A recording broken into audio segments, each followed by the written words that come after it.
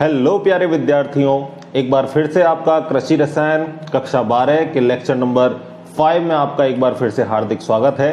कक्षा 12वीं के कृषि रसायन के हमने 4 लेक्चर कंप्लीट कर लिए हैं। आज हम बात कर रहे हैं 5वें लेक्चर की। ठीक है, इससे पहले वाले लेक्चर में हमने पूरा आग्नेय चट्टान को अच्छी तरीके से पढ़ा था। आज हम पढ़ेंगे अवसादी चट्टानें क्या हैं, परतदार चट्टानें क्या हैं और रूपांतरित चट्टानें क्या हैं, इनके बारे में पढ़ेंगे। ठीक है, तो देखो आग्नेय चट्टान में टूट फूट के द्वारा जो टूटने फूटने से जो सामग्री बचती है उसका एक स्थान से दूसरे स्थान पर स्थानांतरण होने के बाद जिन चट्टानों का निर्माण होता है उन्हें हम क्या बोलते हैं, अवसादी या परतदार चट्टानें। एक बार डेफिनेशन आप पढ़ो। डेफिनेशन क्या लिख रखी है कि आग्नेय चट्टानों में अपक्षय के फलस्वरूप, मैं आपको दिखाता हूं एक सेकंड, ये देखो, आग्नेय चट्टानों में अपक्षय के फलस्वरूप प्राप्त सामग्री तलछट का एक स्थान से दूसरे स्थान पर जमा होने से जिन चट्टानों का निर्माण होता है उन्हें अपन क्या कहते हैं, अवसादी या परतदार चट्टानें। देखो, जैसे एक डायग्राम से अपन समझते हैं। सपोज यहां पर अपनी क्या थी, आग्नेय चट्टान, यहां पर अपनी क्या थी, आग्नेय चट्टान। इसमें थोड़ी बहुत टूट फूट होने लगी साइड से, और टूट फूट ये पानी से, बहाव से, हवा से, तूफान वगैरह से ये टूट फूट यहां से स्थानांतरित हो गई, दूसरी जगह पहुंची, और दूसरी जगह पहुंचकर ये क्या होने लगी, जमने लगी। धीरे धीरे एक के ऊपर परत के रूप में क्या होने लगी, ये भाई ये जो सामग्री थी टूट फूट की सामग्री ये जमने लगी। तो इस तरीके से जमाव से जिन चट्टानों का निर्माण होगा उन्हें हम क्या बोलेंगे, अवसादी चट्टान या परतदार चट्टान। क्योंकि भाई ये परतों के रूप में जमेगी, भाई एक के ऊपर कोई चीज जमेगी तो वो परत बनाएगी, और परत बनाने की वजह से इन चट्टानों को हमने क्या बोला, परतदार चट्टान। समझ गए आप बात को। तो आग्नेय चट्टान में जो टूट फूट हुई, उन टूट फूट का एक स्थान से दूसरे स्थान पर पहुंचने से जिन चट्टानों का निर्माण हुआ उसको हमने बोला अवसादी चट्टान। ठीक है, इन चट्टानों का निर्माण जल एवं वायु के द्वारा होता है, क्योंकि पानी और हवा के बहाव के कारण ही एक स्थान से दूसरे स्थान पर पहुंचती है। तो पानी के कारण इनका निर्माण होता है, इस वजह से इन चट्टानों को हम दूसरा नाम क्या दे सकते हैं, जलज चट्टान। और क्या बोल सकते हैं हम इनको, जलज चट्टान। ठीक है, तो आपको अगर क्वेश्चन बोले कि प्राथमिक चट्टान किसे कहते हैं तो आपका आंसर होगा आग्नेय को, और अगर आपसे पूछे कि जलज चट्टान किसको कहते हैं तो आप बताओगे कि अवसादी या परतदार चट्टानों को। ठीक है, आगे देखो, इसके उदाहरण कौन कौन से हो गए, सैंडस्टोन, सैल, डोलोमाइट और चूना पत्थर। सैंडस्टोन, सैल, डोलोमाइट और चूना पत्थर। ठीक है, ये आप 4 एग्जांपल इसके याद रखोगे, और इसका सरल तरीका बता देता हूं, ट्रिक बता देता हूं। ठीक है, छोटी सी, देखो, सीधे साधे थे 2 आदमी, अवसादी, सादी का मतलब सीधे साधे, सीधे साधे कितने आदमी थे, 2, और वो आदमी कौन थे, 2 SDM। कौन थे भाई, 2 SDM थे, फर्जी SDM। तो फर्जी SDM क्या कर गए, आपको चूना लगा के चले गए। तो अब याद कैसे रखोगे कि सीधे साधे 2 SDM चूना लगा के चले गए, सीधे साधे 2 SDM चूना लगा के चले गए। तो 2 S से क्या हो जाएगा, एक S से हो जाएगा सैंडस्टोन, और एक S से क्या हो जाएगा, सैल। ठीक है, दोनों S वाले क्लियर हो गए। D से क्या हो जाएगा, D से हो जाएगा डोलोमाइट, D से क्या हो जाएगा, डोलोमाइट। ठीक है, DM में दोनों आ गया, डोलोमाइट, और चूना लगा के चले गए, मतलब चूना पत्थर। तो ट्रिक क्या हो गई कि 2 सीधे साधे देखने में कैसे लग रहे थे, सीधे साधे, 2 SDM, 2 S आ गए, एक S से हो गया सैंडस्टोन, एक S से हो गया सेल, और दोनों SDM क्या चले गए, चूना लगा के चले गए, यानी DM से हो गया डोलोमाइट और चूने का मतलब हो गया चूना पत्थर। ठीक है, तो चलो आगे की बात करते हैं। अब हम बात कर लेते हैं विशेषताओं की। ठीक है, अवसादी या परतदार चट्टानों की क्या क्या विशेषताएं होती हैं। तो देखो, पहले तो नाम से ही क्लियर है कि ये किस रूप में पाई जाएंगी, परतों के रूप में पाई जाएंगी। तो पहली विशेषता को आप देखो, पहली विशेषता हमने क्या लिख रखी है, एक सेकेंड आपको दिखाता हूं मैं। ये देखो, पहली विशेषता हमने क्या लिख रखी है कि ये परतों के रूप में पाई जाती है। दूसरी विशेषता हमने क्या लिखी है कि जो जीव जंतुओं के जो अवशेष हैं वो मूल रूप में पाए जाते हैं। इसका मतलब समझो, देखो आपने एक वर्ड जीवाश्म सुना है। जीवाश्म का मतलब क्या होता है कि जो पुराने टाइम में जो जीव जंतु थे उनके अवशेष हमें वर्तमान में मिल रहे हैं, मतलब ऐसी प्रजातियां जो विलुप्त हो चुकी हैं उन्हें, उनके जो अंश हैं वो हमें मिल रहे हैं चट्टानों में, उन्हें हम क्या बोलते हैं, जीवाश्म। तो देखो, मान के चलो यहां पर कोई जीव जंतु है, ठीक है, ये कोई जीव जंतु है, और इसके ऊपर मलबा जम रहा है, इसके ऊपर क्या हो रहा है, धीरे धीरे मलबा जम रहा है। तो हमें भाई इसका जब हम खुदाई करेंगे, इस मलबे की खुदाई करेंगे, तो ये जो जीव जंतु है ये हमें एज इट इज मिलेगा इसके अंदर, ये नहीं मिलेगा तो इसके कंकाल मिलेंगे, यहां हमें कुछ सांचा सा मिल जाएगा, उसी सांचे का मिल जाएगा जिस सांचे का वो जीव जंतु है। तो कहने का मतलब हमें जो जीव जंतु है वो किस रूप में मिलेंगे, मूल रूप में मिलेंगे। उसके जीवाश्म की हमें जो अच्छी प्रकार से क्या हो सकती है, जानकारी हो सकती है। किनसे? अवसादी या परतदार चट्टानों से। तो दूसरा पॉइंट हमारे लिए क्या हो गया कि पौधे एवं जीव जंतु के जो अवशेष हैं वो हमें मूल रूप में पाए जाते हैं। अब इसी तरीके से पौधा भी बीच में आ सकता है, तो पौधे के ऊपर भी क्या हो जाएगा, जमाव हो जाएगा भाई, जो टूट के आए हैं चट्टानों के अवशेष, तो पौधा भी क्या है उन चट्टानों के बीच में दब जाएगा, तो दबने से क्या मिलेंगे, हमें उसके अवशेष मिलेंगे। ठीक है ना। अब तीसरा पॉइंट हमने क्या ले रखा है कि सूक्ष्म जो कण है वो ऊपरी परत में, और जो भारी भारी बड़े बड़े कण है वो कहां मिलेंगे, नीचे की परत में। भाई सीधी बात है, कोई चीज जम रही है तो जो वजनदार होगी, जो बड़े बड़े कण होंगे वो तो कहां जाएंगे भाई, नीचे बड़े बड़े कण, और जो छोटे छोटे जो बारीक कण हैं, जो छोटे छोटे बारीक कण हैं उनका जमाव कहां होगा, ऊपर होगा। यानी नीचे तो भारी कण होंगे और ऊपर कैसे होंगे, हल्के कण होंगे। ठीक है, आगे चलते हैं। अगला देखो, अगला क्या लिख रखा है, अन्य चट्टानों की अपेक्षा ये छिद्रदार एवं कोमल होती हैं। इनमें क्या पाए जाते हैं, छिद्र पाए जाते हैं, और ये कैसे होते हैं भाई, कोमल होते हैं। ठीक है, देखो मैंने आपको साइड में दिखा रखा है, साइड में दिखा रखा है मैंने आपको बालू पत्थर, सैंडस्टोन। ठीक है, जो कैसा रेतीला, आपको रेत जैसा दिख रहा है ना। ठीक है, तो इसी वजह से हम इसको क्या बोलते हैं, अवसादी या परतदार चट्टान, और इसको इंग्लिश में जो इसका नाम है वो सैंडस्टोन, और हिंदी में आप इसको रेतीला पत्थर या बलुई पत्थर इस तरीके से भी कह सकते हो। ठीक है, अब हम बात कर लेते हैं कुछ मुख्य अवसादी चट्टानों की, जिनमें सबसे पहला नंबर आता है आपका चूना पत्थर, लाइमस्टोन। लाइमस्टोन की भी मैं फोटो आपको दिखा रहा हूं, साइड में देख लो लाइमस्टोन किस तरीके का है, चूने जैसा। ठीक है, चूना पत्थर, और चूने पत्थर के बारे में पहले पढ़ लेते हैं हम। क्या लिख रखा है हमने कि यह महत्वपूर्ण अवसादी चट्टान है। ठीक है, सबसे महत्वपूर्ण अवसादी चट्टान हो गई चूना पत्थर, और ये चट्टान सीप, घोंगा, मूंगा तथा पौधों से मिलकर बनती है। ठीक है, जो ये चट्टान है वो किससे मिलकर बनती है, सीप, घोंगा, मूंगा, जो ये समुद्री जीव जंतु आते हैं ना, इनसे मिलकर बनती है। आगे क्या लिख रखा है हमने, देखो आगे क्या लिख रखा है कि इसमें कैल्शियम कार्बोनेट की जो मात्रा है, चूने पत्थर में क्या होता है भाई, कैल्शियम कार्बोनेट CaCO3, तो जो कैल्शियम कार्बोनेट की मात्रा है वो कितनी होती है, 40% से लेकर 98% तक। तो देखो अंडरलाइन कर रखा है, 40% से लेकर 98% तक होती है। इसलिए नमक अम्ल के साथ क्रिया करके CO2 गैस बनाती है। नमक अम्ल क्या होता है, HCl। यानी कहने का मतलब यहां पर ये क्या बोल रही है, ये रिएक्शन क्या बोल रही है आपको कि जो CaCO3 है वो नमक के अम्ल, नमक का अम्ल का मतलब होता है HCl से रिएक्शन करके ये कौन सी गैस का उत्सर्जन करती है भाई, CO2 गैस का उत्सर्जन करती है। साथ में क्या बनाती है, साथ में कैल्शियम क्लोराइड बनाती है। ठीक है, और एक जल का अणु भी साथ में ये निकालती है। ठीक है, आगे देखो, आगे दूसरी हमने चट्टान क्या दे रखी है, बालू पत्थर, बलुई पत्थर, सैंडस्टोन। आ गया भाई सैंडस्टोन, अभी आपको दिखाया था, आप दोबारा से चाहो चित्र देख सकते हो साइड में। ठीक है, यह पत्थर बालू से बनता है, बालू का मतलब रेत से बनता है, इस वजह से नाम क्या हो गया, बालू पत्थर, सैंडस्टोन। ठीक है ना। आगे क्या लिख रखा है, मुख्य रूप से क्वार्टज, खनिज के कण, सिलिका, लोहा, ऑक्साइड और चूने से संयोजित होते हैं। ये सारी चीजों के जुड़ने से क्या बनता है भाई, आपका सैंडस्टोन बनता है। इन चट्टानों की सतह खुरदरी होती है। अब जब रेत से बना है तो सतह कैसी होगी, इसकी चिकनी होगी क्या, नहीं, इसकी सतह कैसी होगी, खुरदरी होगी। ठीक है, इनका रंग काला, पीला, भूरा, धूसर इत्यादि रूप में पाया जा सकता है। ठीक है, जैसे रेत का कलर काला, पीला, भूरा इस तरीके से हो सकता है, तो उसी तरीके से इन पत्थरों का भी कलर हो सकता है। ठीक है, आगे देखो, अब तीसरे नंबर की जो आपकी चट्टान आ जाती है वो है आपकी रूपांतरित चट्टान। रूपांतरित चट्टान, देखो नाम से ही क्लियर है भाई, रूपांतरित चट्टान यानी रूप बदले। कहने का मतलब आग्नेय और अवसादी, इन दोनों चट्टानों में किसी भी प्रकार का भौतिक परिवर्तन हो या रासायनिक परिवर्तन हो, इनके परिवर्तन के कारण जिन चट्टानों का निर्माण होता है उन्हें हम क्या बोलते हैं, रूपांतरित चट्टान। ठीक है, समझ गए। आग्नेय व अवसादी चट्टानों में भौतिक व रासायनिक प्रक्रमों के द्वारा रूपांतरण से बनने वाली चट्टानें क्या कहलाती हैं, रूपांतरित चट्टानें कहलाती हैं। ठीक है, इसके एग्जाम्पल देखो, रूपांतरित चट्टान के एग्जाम्पल देखो, स्लेट, संगमरमर और शिस्ट। क्या बताया, स्लेट, संगमरमर और शिष्ट, ये किसके एग्जाम्पल हो गए? रूपांतरित चट्टान के। एग्जाम्पल आपको मस्ट याद रखने हैं, ठीक है ना।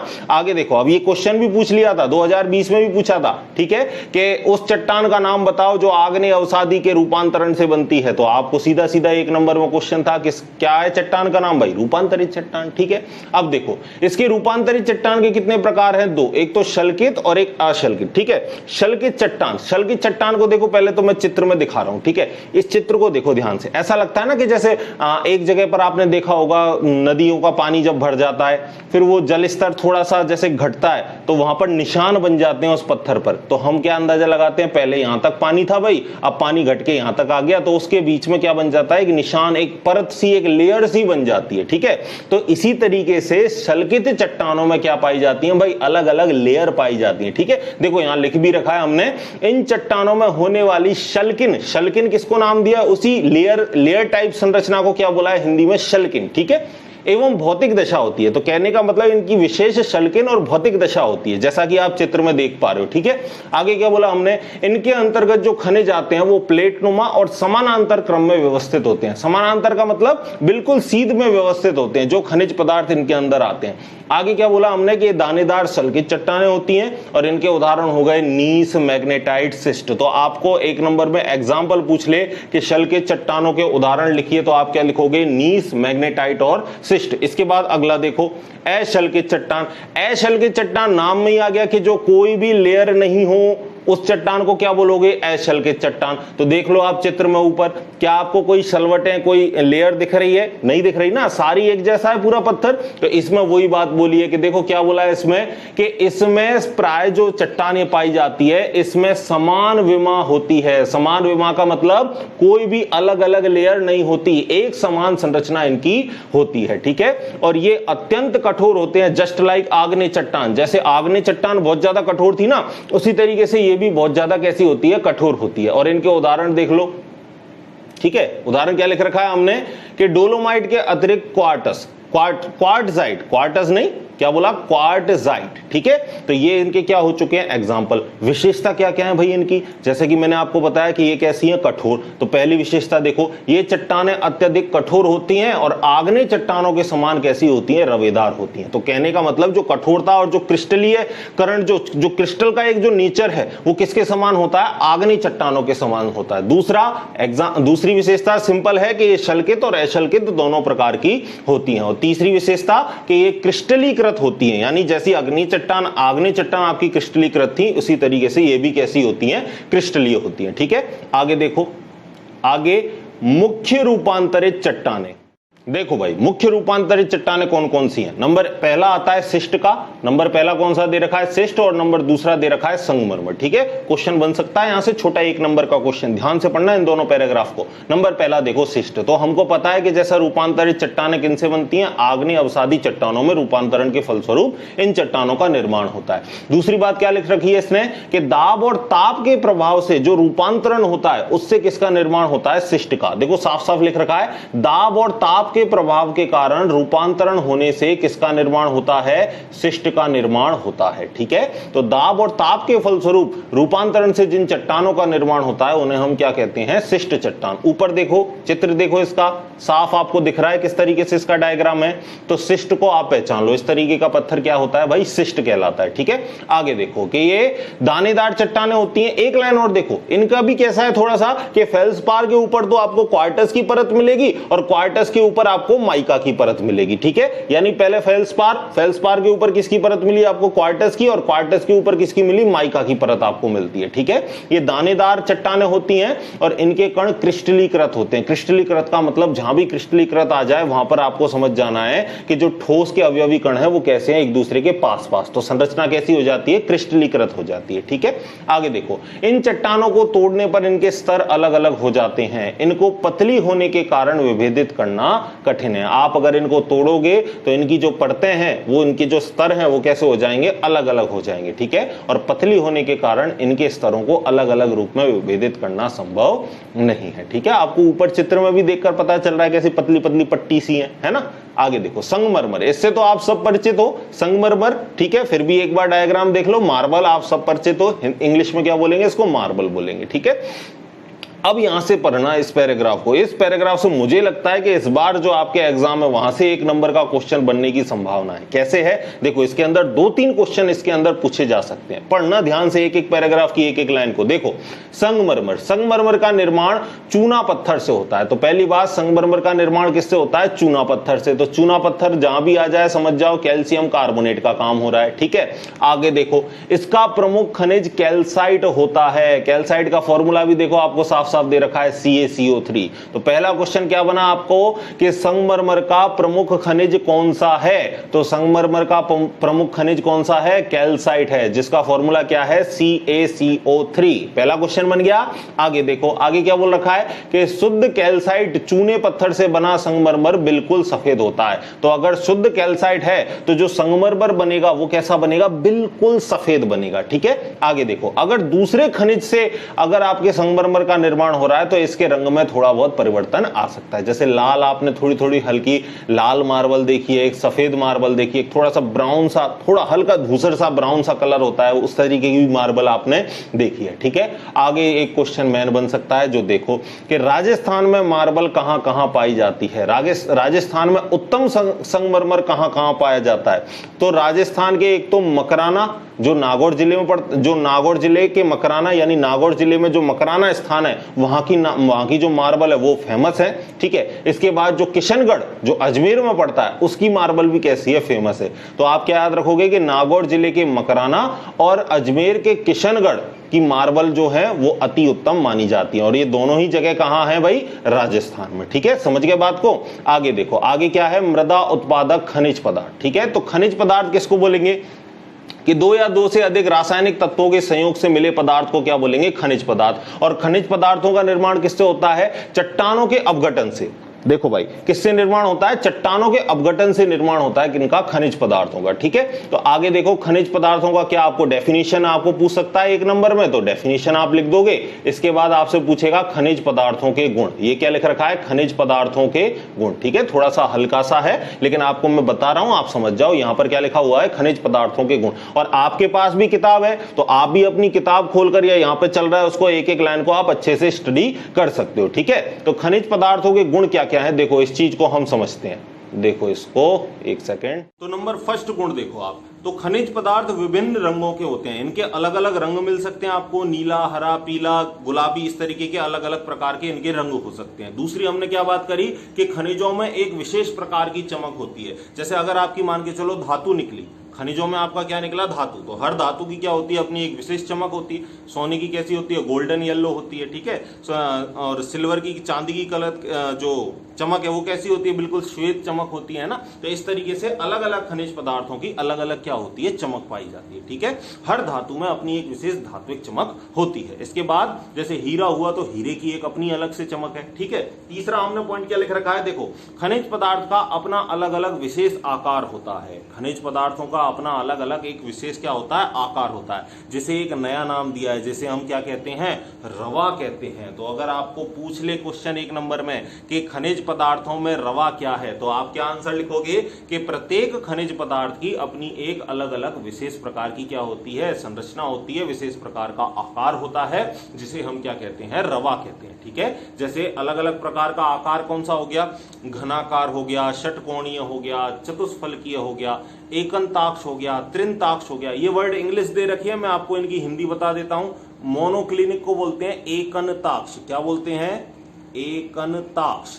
ठीक है, एकंताक्ष। और जो ट्राइक्लिनिक है उसको बोलते हैं त्रिंताक्ष। उसको क्या बोलते हैं? त्रिंताक्ष।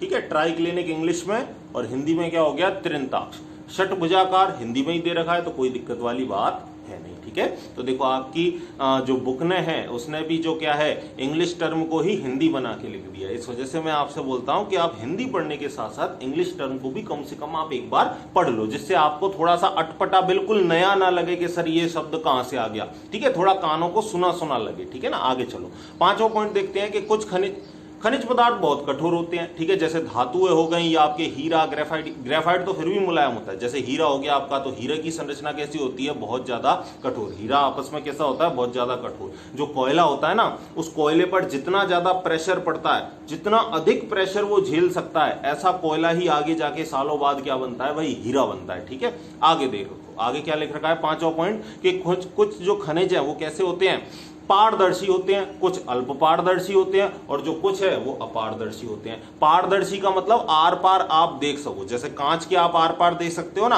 तो इस तरीके से कुछ तो पारदर्शी होते हैं, कुछ अल्प पारदर्शी मतलब थोड़ा बहुत देख सको, धुंधला सा देख सको, और कुछ अपारदर्शी। अपारदर्शी का मतलब आमने सामने आप उनके नहीं देख सकते। आगे क्या लिख रखा है हमने, कि कुछ खनिज पदार्थ जो होते हैं वो बहुत ज्यादा कैसे होते हैं, भारी होते हैं, कुछ थोड़े बहुत कैसे होते हैं, मिडिल भार के होते हैं, और कुछ कैसे होते हैं, हल्के होते हैं। यानी सब तरीके का इनमें क्या होता है, वजन पाया जाता है। ये भारी भी हो सकते हैं, हल्के भी हो सकते हैं, मिडिल वजन भी इनका हो सकता है, ठीक है। तो ये क्या हो गए, आपके खनिज पदार्थ के मोटे मोटे गुण हो गए। अब जो आता है जो इंपॉर्टेंट पॉइंट, वो है खनिज पदार्थों का वर्गीकरण। तो अगली हेडिंग क्या है हमारी, खनिज पदार्थों का वर्गीकरण। और वर्गीकरण भी कितने टाइप पर बांटा है भाई, वर्गीकरण को भी दो भागों में बांटा है। पहला तो हो गया आपका उत्पत्ति के आधार पर वर्गीकरण, और दूसरा आपका हो गया रासायनिक संगठन के आधार पर वर्गीकरण। तो देखो, खनिज पदार्थ में आपको दो क्वेश्चन बन सकते हैं कि उत्पत्ति के आधार पर खनिज पदार्थ का क्या दो, वर्गीकरण दो। दूसरा आपको बन सकता है कि रासायनिक प्रकृति के आधार पर इनका क्या दो, वर्गीकरण। ठीक है, समझ गए आप बात को। तो पहले हम पढ़ते हैं किसके आधार पर भाई, उत्पत्ति के आधार पर। तो उत्पत्ति के आधार पर जो खनिज पदार्थ है उनको दो भागों में बांटा है। पहला तो आपका हो गया प्राथमिक खनिज पदार्थ, और दूसरा आपका हो गया कौन सा, द्वितीयक खनिज पदार्थ। ठीक है, तो एक एक को पढ़ते हैं। प्राथमिक खनिज पदार्थ क्या है, द्वितीयक खनिज पदार्थ क्या है। याद रखना, जेट एग्जाम में भी यहां से क्वेश्चन बन सकता है कि प्राथमिक खनिज पदार्थों के क्या क्या उदाहरण है, कोई एक उदाहरण आपको सेलेक्ट करना पड़ जाए। इसी तरीके से द्वितीयक खनिज के कौन कौन से उदाहरण है, तो उदाहरणों को आप मस्ट फोकस करके याद करना, आगे की एग्जाम में भी फायदा करेगा आपको। ठीक है, और बोर्ड एग्जाम में भी बोल सकता है कि प्राथमिक खनिज पदार्थ के कोई दो उदाहरण लिखो। इसी तरह आपको क्या बोल सकता है, द्वितीयक खनिज पदार्थ के कोई दो उदाहरण लिखो। ठीक है ना। तो देखो, गर्मी ज्यादा है थोड़ी, तो इस वजह से जरूरी है। ठीक है ना भाई, चलो ध्यान रखते हैं प्राथमिक खनिज पदार्थ का। तो प्राथमिक खनिज पदार्थों के बारे में हमने क्या बोला है कि देखो, जब चट्टान का निर्माण हो रहा हो, जिस समय चट्टान का निर्माण हो रहा हो, ये चट्टान है मान के चलो, लावे से ठंडी होगी, ये ज्वालामुखी फटा। एक सेकंड, इसको दोबारा से बनाते हैं। यहां पर मान के चलो ये रहा ज्वालामुखी, इस ज्वालामुखी से क्या निकला भाई, लावा निकला। ठीक है, तो ये लावे से क्या बनेगा, ये लावा धीरे धीरे ठंडा होगा, और इस ठंडे होने से क्या होगा, इनका चट्टानों के रूप में निर्माण होगा आगे जाके। ठीक है, तो जिस समय चट्टानों का निर्माण हो रहा हो, उसी समय अगर खनिज पदार्थ का भी निर्माण हो रहा है, तो उसे हम क्या बोलेंगे, प्राथमिक खनिज पदार्थ। तो क्या रही डेफिनेशन, कि जिस समय चट्टान का निर्माण हो रहा हो, यानी गर्म लावे के ठंडे होने से जिन चट्टानों का निर्माण हो रहा हो, अगर उसी समय में खनिज पदार्थों का भी निर्माण हो रहा है, तो ऐसे खनिजों को हम क्या बोलेंगे, प्राथमिक खनिज पदार्थ। और जिनसे प्राथमिक खनिज पदार्थों से जिन खनिज पदार्थों का निर्माण होगा, उन्हें हम क्या बोलेंगे, द्वितीयक खनिज पदार्थ। ठीक है, जो आगे चल के आएगा। देखो आगे, देखो क्या बोला मैंने, वही बात आ गई कि जब खनिज पदार्थों का निर्माण चट्टानों के निर्माण के समय, वही देखो, चट्टानों के निर्माण के समय पिघले द्रव पदार्थ के ठंडा होने के बाद ठोस पदार्थ के जमने के रूप में होता है, तो उन्हें हम क्या बोलते हैं, प्राथमिक चट्टानें बोलते हैं। दूसरी लाइन इंपोर्टेंट क्या है, दूसरी लाइन आप याद रखोगे, दूसरी लाइन इसमें आकार। ठीक है, आकार आपको पूछ ले कि प्राथमिक खनिजों का आकार कितना होता है, तो आप बोलोगे प्राथमिक खनिजों का आकार है जो 2 माइक्रोन या 0.002 मिलीमीटर से भी कम होता है। तो क्या बोलोगे आप कि इनके, सॉरी कम नहीं, ज्यादा होता है। क्या बोलोगे आप कि जो इनके कणों का आकार है वो 2 माइक्रोन या 0.002 मिलीमीटर से भी कैसा होता है, ज्यादा होता है। ठीक है, और जब द्वितीयक की बात करेंगे, तो द्वितीयक में आप लिखोगे कि इन खनिजों का आकार 2 माइक्रोन या 0.002 मिलीमीटर से कैसा होता है, कम होता है। ठीक है, अब जो इंपोर्टेंट है वो आ गए हैं इनके एग्जाम्पल। तो एग्जाम्पल आपको इनके मस्ट याद रखने हैं, कोई आप अपने हिसाब से ट्रिक भी बना सकते हो, और अगर आपको ट्रिक चाहिए तो मुझे बता देना, मैं आपको ट्रिक भी अवेलेबल करवा दूंगा। ठीक है, तो देखो उदाहरण देखो कौन कौन से हैं प्राथमिक चट्टान के उदाहरण, क्वार्टज,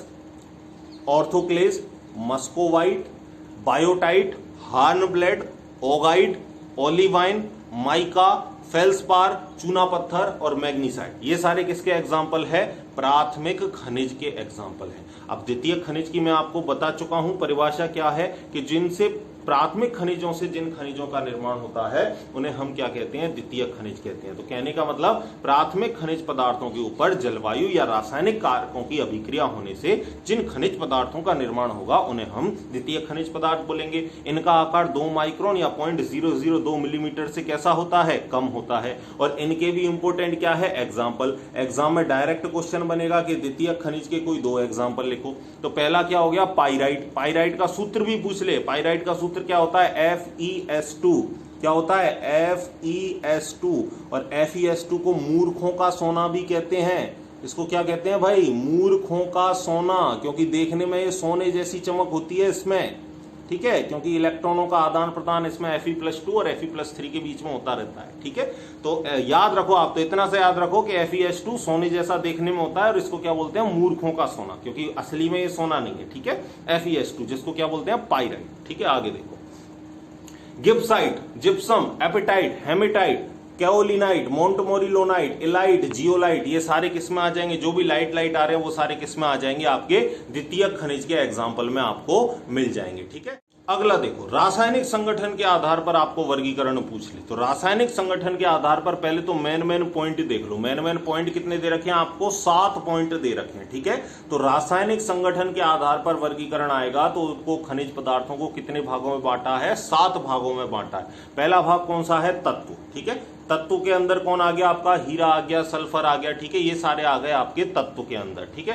दूसरा आ गया ऑक्साइड। नाम से ही क्लियर है कि ऑक्सीजन आएगा। ऑक्साइड का मतलब क्या है? कि नाम से क्लियर है कि ऑक्सीजन का भी क्या होगा? समावेश होगा। तो जैसे दे रखे हैं क्वार्टस, तो क्वार्टस का आपको फॉर्मूला पता होना चाहिए, SiO2। तो देख लो, ऑक्सीजन आ गया सिलिकॉन के साथ। दूसरा क्या आ गया? हेमेटाइट। हेमेटाइट का फॉर्मूला क्या होता है? Fe2O3। तो देख लो, एक सेकेंड रुको, Fe2O3। तो यहां भी क्या आ गया? देखो, ऑक्सीजन आ गया।